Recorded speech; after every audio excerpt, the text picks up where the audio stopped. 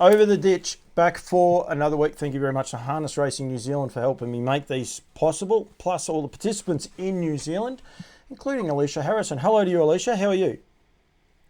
I'm very good, thank you. Thank you for joining me on a Sunday. This is a little bit differently. Generally, I do the show Monday or Tuesday, just depending on how I go. But a couple of work commitments this week, so I really appreciate you giving me the time.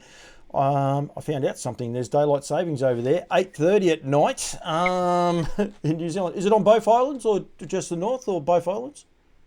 Yeah, both islands. Yeah, no, it's a bit confusing. I feel like it's about 4 o'clock in the afternoon and it's almost bedtime. Yeah, it is a different one. But anyway, so that is okay. Firstly, we'll talk about last Friday night. One, congratulations on a double. That's in itself is a big effort. I'll actually put the first horse up, which was DJ Rock, a horse that is trained by Stonewall, and we'll get onto that in a second. But he was a lovely win. Did you were you a little bit concerned that you might not have got there? He got a little bit lost at the top of the straight, but he managed to finish it off very hard up the inside, up the sprint lane.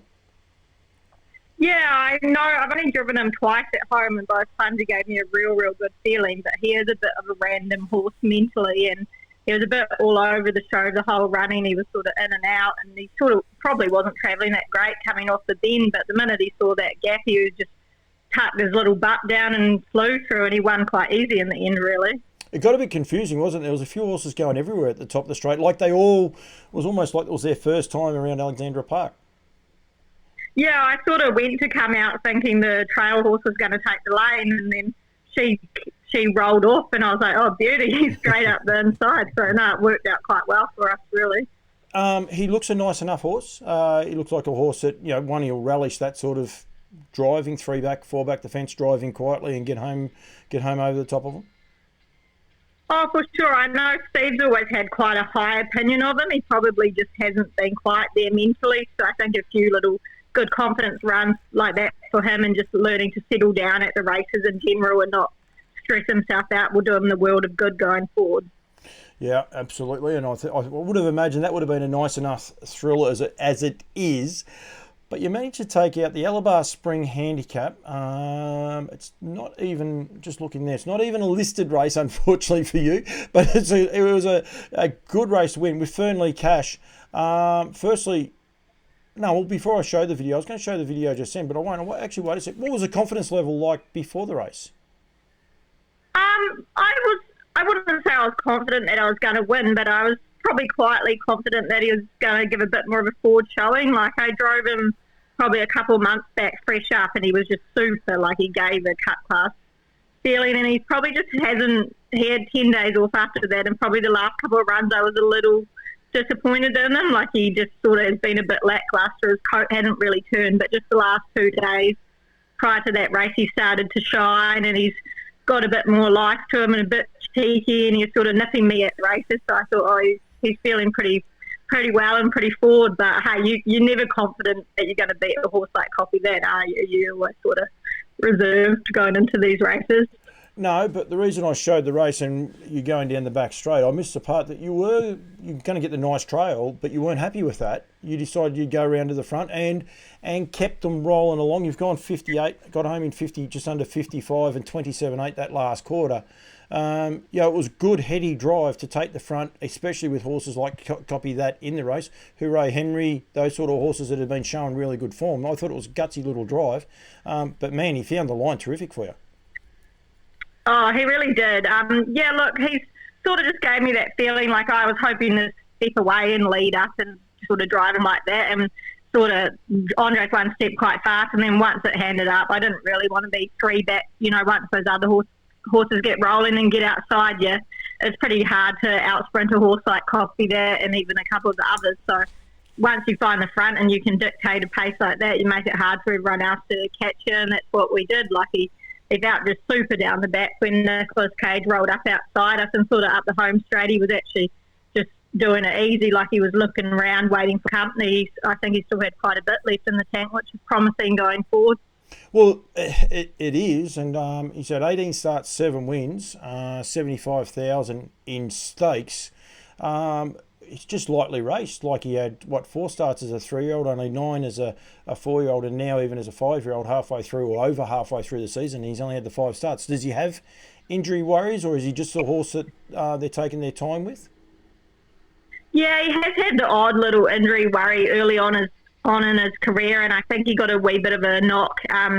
Might have been after the Kaikoura meeting or the New Zealand Cup meeting. So he sort of had a good break, and I think that's obviously done him the world of good because he's a big, strong horse. And he's just got the most loveliest personality and best racing manners you could ask for, really. I don't know if you know the answer. What are their plans? Like, is it the New Zealand Cup his ultimate aim? Is that where he's heading to?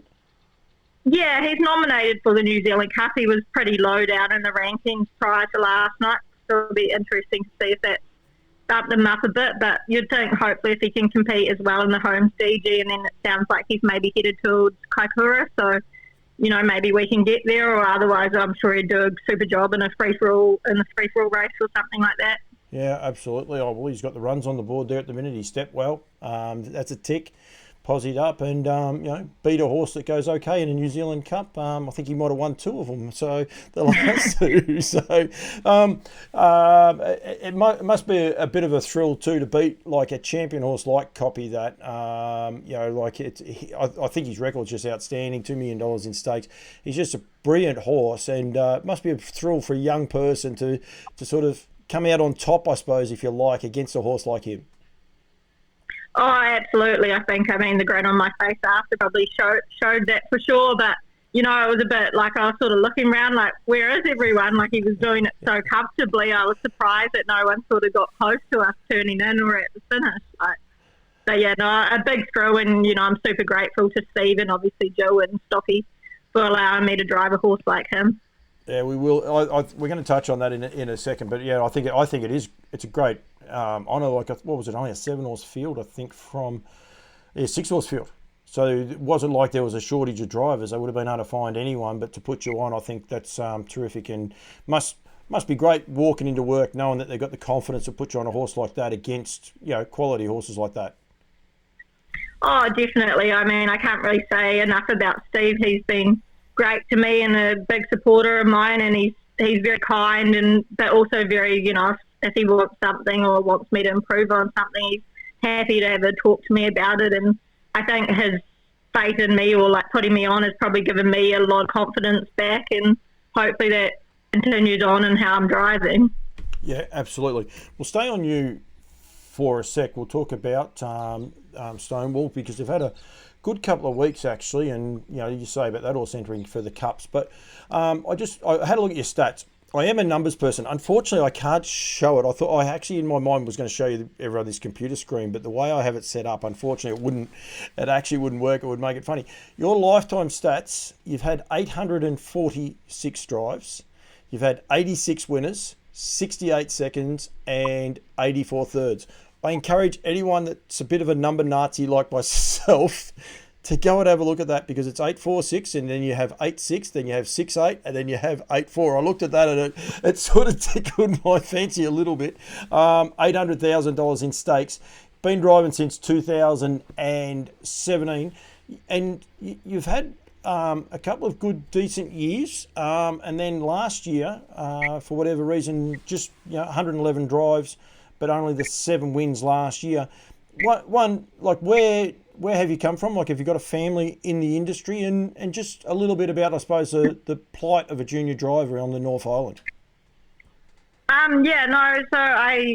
granddad is Warren Taylor, so he's a hobbyist. He was actually a polo player for New Zealand, and he gave up when he was in his 50s because his back was buggered, and someone gave him a couple of dog tucker trotters, and he's been training and breeding his own ever since then, and he just loves it. And he bought me a kids cart pony when I was maybe 6 or 7, and I did the kids carts. I think I won the Interdoms and that sort of thing doing kids carts, and I was always hooked, but everyone told me there was no chance I'd make it in the industry. You have to have a family name and all that sort of etc. that you get told growing up, and you can't make any money doing it. So I wanted to be a vet, so I went down to Massey and did a semester of pre-vet, but I got pretty crook with asthma, and then discovered drinking, and that was kind of that. So, but no, I liked sneaking down to Stephen Duty's in the mornings before class, and I ended up there progressively more. I did get a degree. I got a degree, a Bachelor of Science, majoring in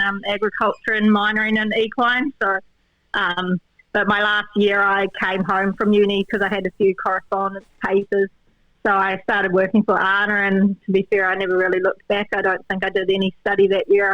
I somehow passed my exams, but I was at Arnott's for the next 7 years when I was only meant to be there for a couple of months. So, but yeah, hey, being a driver up here, especially a junior driver, is real tough going at the moment, and probably has been for a long time.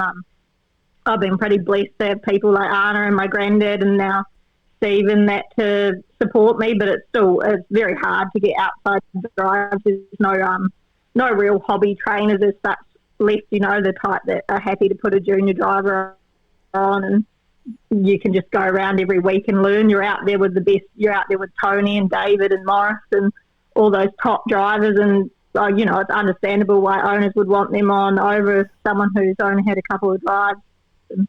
But, no, I've been pretty fortunate. I had a couple of real good seasons. My first season, I think I'd had like 13 wins in my first full year, and I made junior champs and won that, which was a pretty thrilling kickstart to my career. And then I think the next meeting I had 5 or 6 drives, which was the first for me. And the first one I drove kicked me and broke my ankle. And I still drove all that night and drove on Joe's Dream, who won a Group 1 race, which was pretty awesome. And then sort of had a few little setbacks like that. Like last year, you obviously don't know, but I was in a head-on car crash, and that's why I was out for a long time, because I broke my sternum and all my ribs and my ankle, and me and all my friends were very lucky to survive it. It was that bad. So, yeah, I was out for maybe 3 months last year, and then it was just really hard. It was like starting all over again, to be honest. As a learner junior, you lose all those drives and have to build up all that strength again, and it was just a really tough year. But it's great. You know, I was worried I was going to lose my juniors and that might be sort of me all done driving, but coming here and Steve's just been wonderful, and it's great to sort of be out there and get my love for it back and just enjoying driving some really top horses. I also got to drive 2-year-old filly the other night that ran third in the Group 1 race, which was probably as big a thrill as winning. She's my absolute favourite, and to drive a horse as good as her is pretty cool. It is. No, I didn't know about the car crash, and probably maybe sometimes I should do some homework, but I think other times I like finding things out as they are. Obviously, you're okay, and hopefully everyone else involved in the car crash is okay as well. So, I mean, that's the first part. You mentioned there that you were with Anna and you've moved to Stonewall.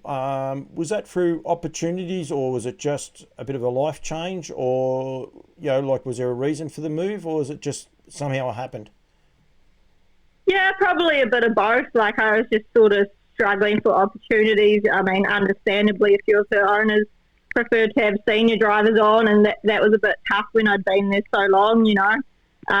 And I just couldn't really see it getting much better driving-wise and getting more drives and stuff. And I'd already driven a lot of horses for Steve in junior races, and they'd been really good to me, and obviously a really good quality of horse. And also sort of the area I was living in, like, there wasn't really much going on. I'm still fairly young, and it's nice to sort of, I thought, oh, bloody Auckland's so busy, but it's actually lovely living up here. I'm still out in the country, and it's been good on all terms, made some new friends and get out a bit more, and just, like, I'm living on site here as well, so it's about a 2-minute walk or drive to work, and everything's paid for, and so it's probably good in all aspects, really. A good life change for you, and a bit of stability by the sounds, because by the sounds you're very smart. When you got a bachelor degree, you don't get those just given to you and the likes. But obviously, like a lot of young people, I suppose you just get disillusioned from time to time, and it's one of those things. I like to bring it out so people are aware of it. I think we need to be aware of it. To me, it just must be so hard. What was there, 9 races the other night, and that was it for the North Island. The week before, I think there was 10 races. Same thing. That was sort of it. You will get more races coming up shortly, but right at the minute it's hard. And albeit you might get more race drives shortly, you need to be able to put food on the table this week. So I could imagine where Stonewall coming along at the right time for you to stay in the industry probably was just that great fit for you. Oh, 100%, like that, they've been wonderful. And I mean, I wouldn't say I've necessarily struggled for money, but if I can see how most of the other juniors would be if they're paying rent. Like I was living at my granddad's and helping him out on the farm when I worked for Anna. So, he's obviously been one full influence in my life. But yeah, it's not easy. Like just in terms of even driving, if you get one drive in 10 races and you make a mistake, that's really tough to go all week. And, I see that with a lot of the young juniors learning and they get really down and out about it. And it is hard. Like, you've got those top drivers. There's some very good drivers in the North Island still, like to compete with them and to learn it takes a lot. And I'm generally a very, very positive person, but you'd like to hope some things are going to change up here in the near future.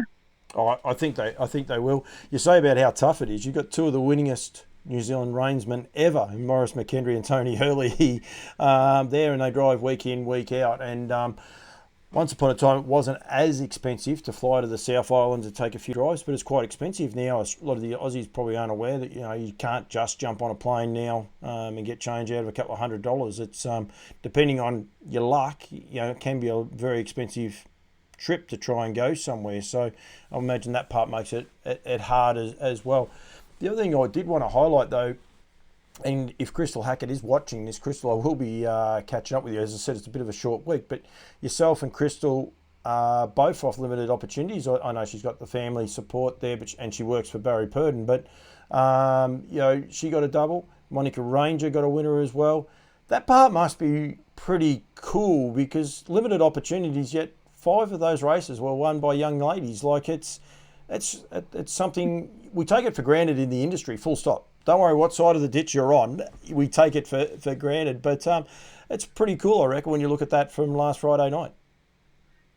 Yeah, for sure. I was actually just talking to Moni about that yesterday, and I was like, that's pretty cool. Like, it's not often we go out there on sort of a feature race night and expect to be out there beating the likes of David and Tony and Zach and, So it was a pretty awesome result. I think, what did we win? 5 races on the 10-race card between us 3 junior girls. So definitely a cool stat and, hopefully that's a positive for the girls going forward. Oh, I think it is. I think the industry does a great job.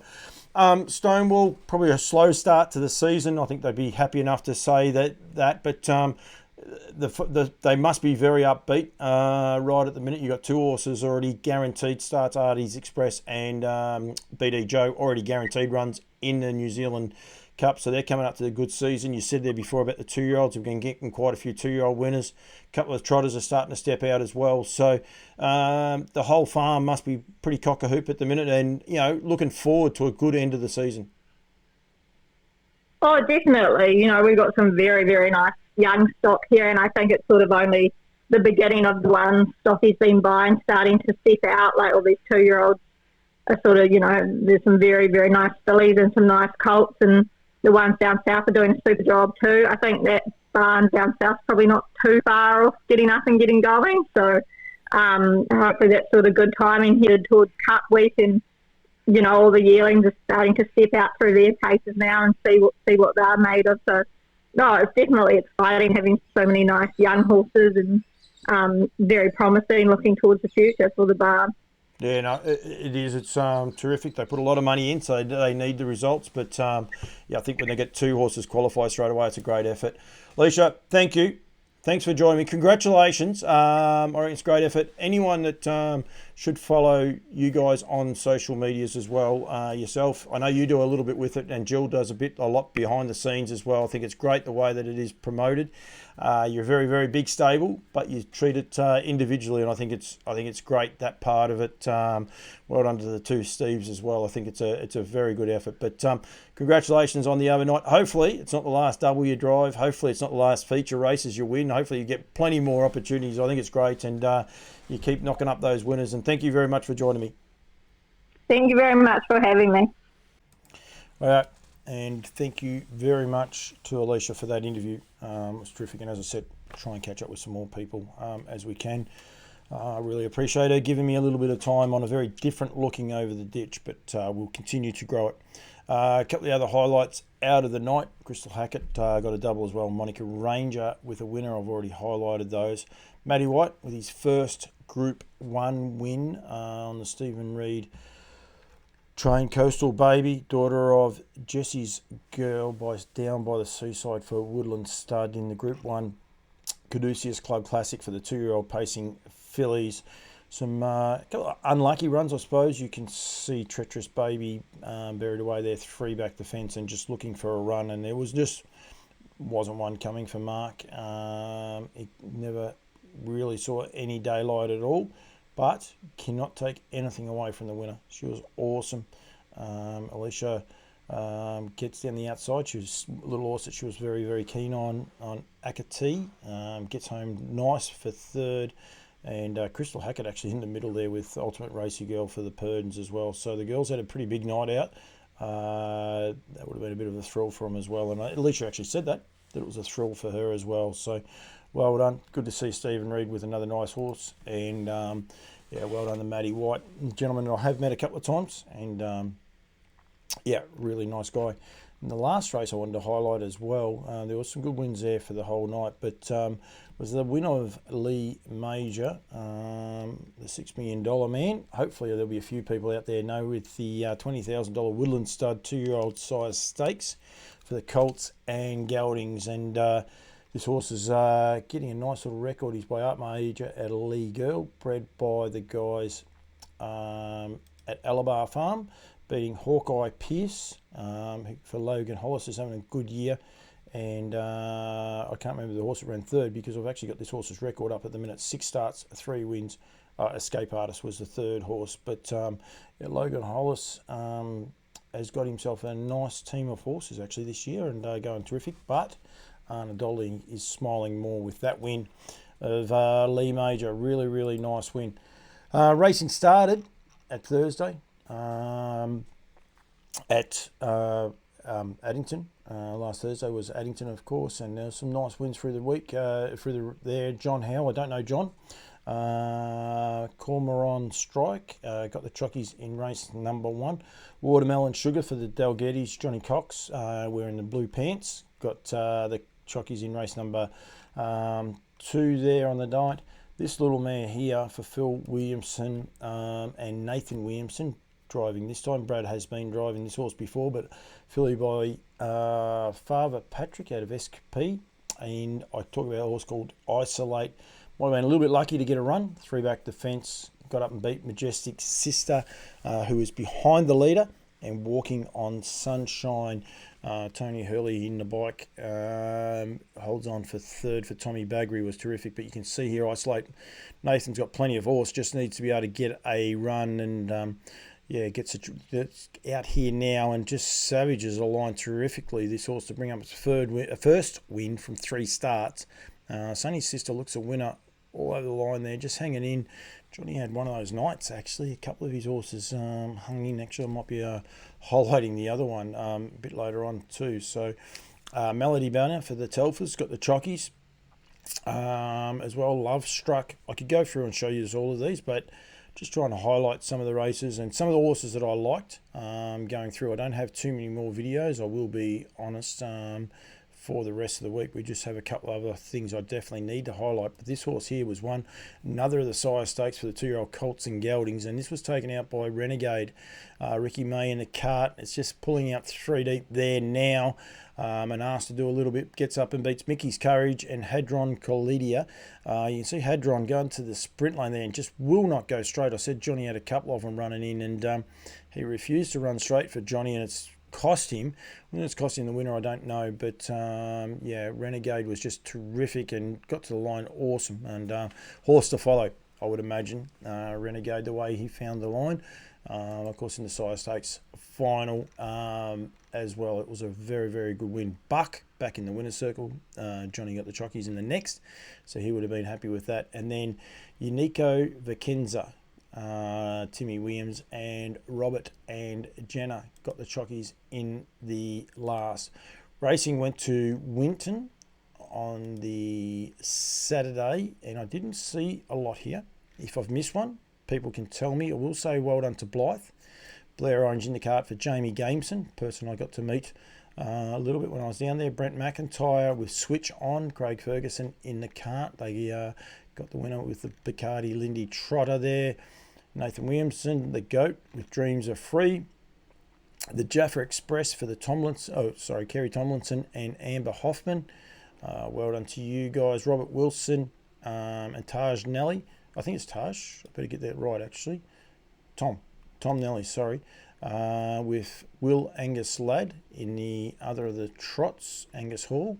Sarah O'Reilly and Brent and Timmy White with Cleminis. Got the chockies. Captain Tom, Alistair Black and Brad Williamson. It was a nice little win because I saw a couple of articles about the Captain Tetris Colts in Such a Twist. That's a tricky little name. Kirsten Green. She won the last 2 races, so well done to Kirsten there as well. So she drove that one for Ricky Gutzel, and then she also trained and drove Wattlebank Annie for herself. So another nice little win. And then racing went to Banks Peninsula for the prostate cancer. As I said, I don't have your latest updates at all as to where they are. I might be able to find them. Kyle Cameron, he won the first race with Opwa Peak. Another of the Peaks. Peaks had a pretty good week over there. Greg Payne and Blair Orange with Lawyer Girl in the Norjo Motorcycle Handicap by Always Be Mickey. He had a couple of winners this week.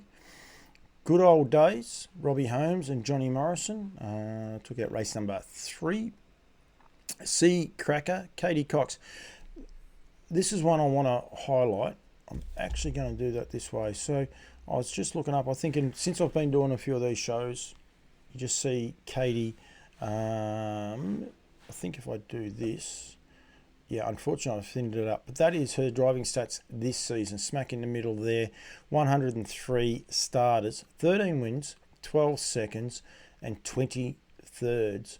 So that is 45 out of 100 in the top 3. I reckon that's just amazing stats. Katie Cox, she's her UDR is at 2.5 or 25.5, so it's just enormous. But yeah, doing a great job, Katie Cox, this year, and that's win number 13. But it won't be the last, beating Ugachaka and the Guinness Rock. Sea Cracker is down by the seaside. Crazy in Love. Now, this young lady was her first winner, Mia Holber. Rani informs me. As I said, I won't be able to get Rani on this week, but hopefully might be able to get a bit more about Mia. She's gone through the kids carts, as you guys call them. We call them the pony trots over there, and got the chockies. I don't know who she works for, but Greg and Nina Hope. So maybe for Greg and Nina. Ange Mugsford, I looked this one up just before doing the trotting show. He's had 103 drives and only the one win, 7 seconds, and he ran second to Mia today, only beating 1.8. So I'm sure he'd be happy to get another winner, that's for sure. So, but didn't happen. Flyaway, Sarah O'Reilly, Johnny McDermott won the Corbin Newman Ben Hope Junior Drivers Pace. Corbin ran last, shouldn't giggle, and Ben ran 10th. So the boys sponsored the race, but they didn't go that well. So that'd be a bit disappointing for them both. Flyaway by Art Major at a flyover. Auckland Reactor and Better Than Cheddar for Flow Motion. Blue September invited drivers. So this was all the blue representatives, I think. I think that was all of them. Maybe not. Not sure. I won't say that because there might be one or two there that aren't. I don't know Corbin is. I'm not sure about Ben Hope. But anyway, doesn't matter. He's a jackalack. Blair Orange, he definitely is. John Howe, beating Fourth Amendment and Let's Go Ringo. And well done to everyone getting behind the Blue September thing. I'd love to know who won the foot race. And then the Down by the Seaside, race number 8, was won by Sarah O'Reilly, beating Devon Van Til and John Dunn on Bailey's pitch, Amelia Rose, sorry, with the place getters. Big Mama Morris, should say that first. And then Amelia Rose, Bailey's pitch. Oscar Bonavina, I did have Oscar's race there before, very, very impressive. Resolve was great, found the line terrific. And I Dream a Genie, I actually put those races up on my Talking Trotters show. So if you are to see that, well done to Olivia Thornley on getting 50 winners up. So that's a terrific result for her.